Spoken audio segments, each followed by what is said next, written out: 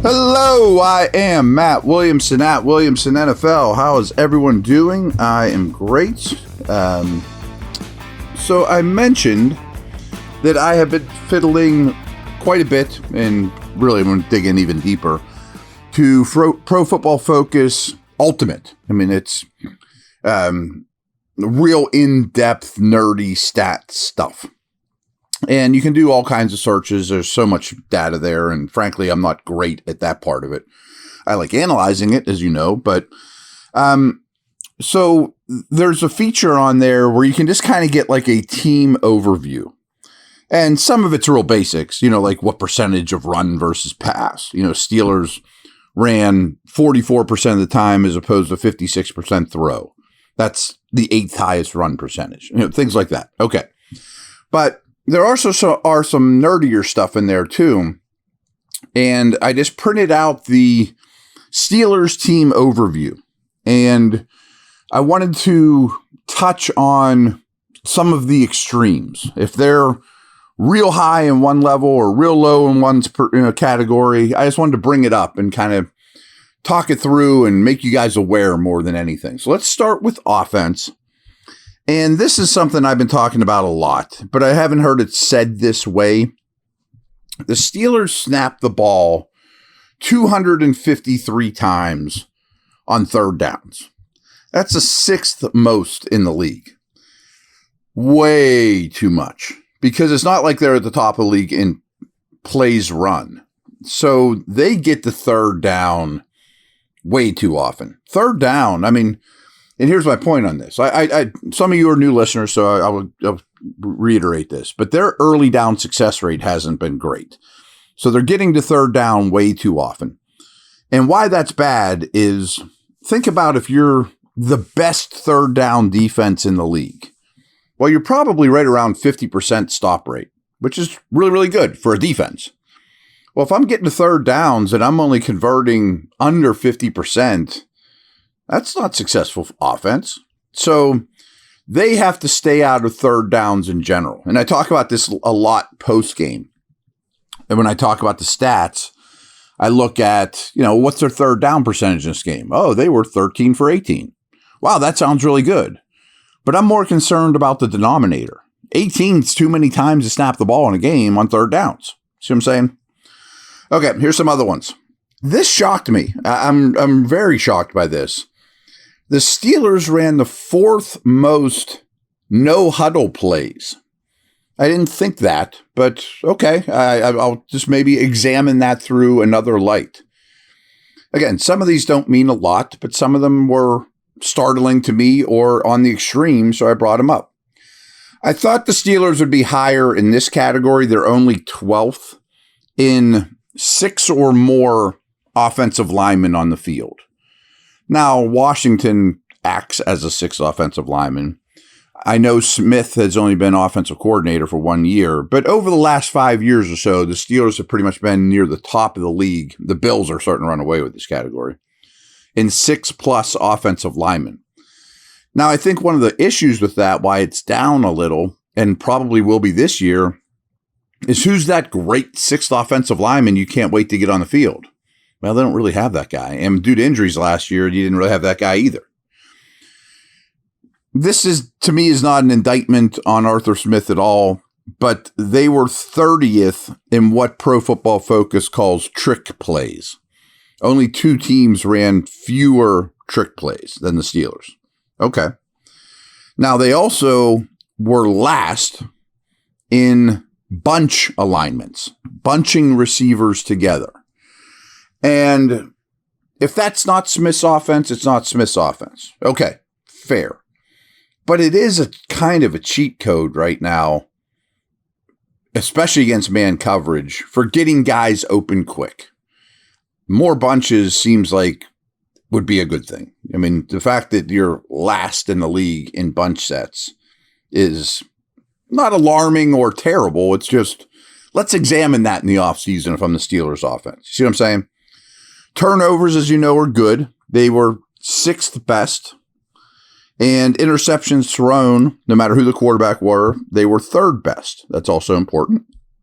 As you could imagine, they were the fourth highest of deep passing attempts, 20 plus yards in the air, fourth highest. Sacks allowed was 28th. That's bad.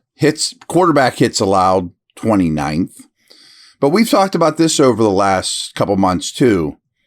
I blame the quarterbacks more than I do the offensive line for that. I really do. I mean, it's holding the ball, not recognizing where pressure's coming from. I'll tell you all the time, hits and sacks are as much of a quarterback stat as they are O-line. And the thing that I can kind of back that up with is the stat of time to pressure. So when the opponent would record a pressure, which I know is not exactly as cut and dry as a sack. I've always been hesitant to cite pressures, but it's becoming more mainstream, and now I bring it up more. The Steelers' time to pressure was the third highest in the league. So when they were allowing a pressure, it was coming very late in the down. The highest in the league is Baltimore. Kansas City's the second. Well, that's on the quarterbacks. Quarterbacks are hard to pressure, hard to sack. The Steelers held their blocks long, but the quarterbacks held the ball. BetOnline is the world's most trusted betting platform and your number one source for all your sports betting action. With the largest selection of odds on everything from NBA to NHL playoffs to MLB to UFC and boxing, BetOnline has you covered for all your online wagering info. In between games, head over to the BetOnline Casino with all the top Vegas-style games, including poker and live casino. BetOnline, the game starts here.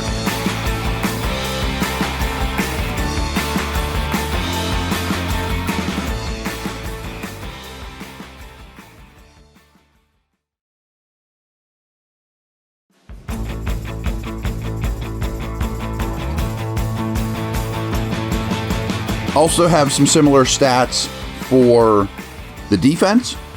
And again, I'm just picking out things that stood out to me. Explosive run plays allowed. They were sixth best, despite the end of the year, which didn't go great. Sixth best as opposed to allowing big plays in the run game. But they were 28th in explosive pass plays allowed. I don't think that's poor tackling. I think it's just suspect corner play outside of Porter more than anything. And again, this goes back to one of my offseason goals of you have to lead the league in sacks or be close to it with this defensive line.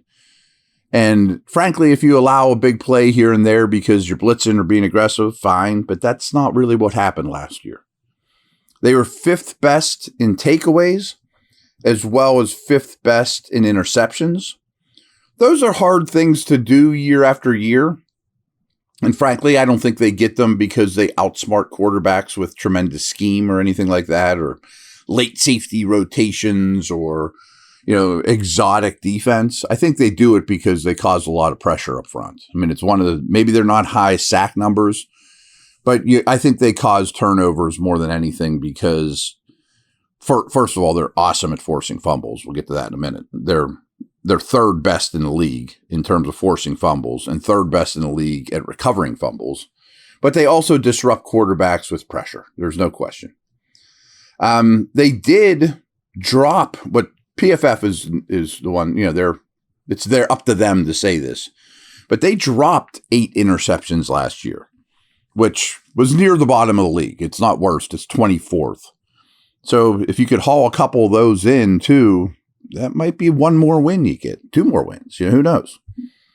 Quarterback hits, despite their sack numbers being mediocre. We've talked about that a lot. They were second in the league in quarterback hits, which is great. They had 81 quarterback hits. So that's not as good as a sack. I mean, pressures, hurries, whatever. But you are hitting the quarterback. So I know people are down on the D-line. Oh, it's overpriced. Matt, you think it's over. You say it's the best D-line in the league and you're overrating it. They were second in quarterback hits. It's pretty good.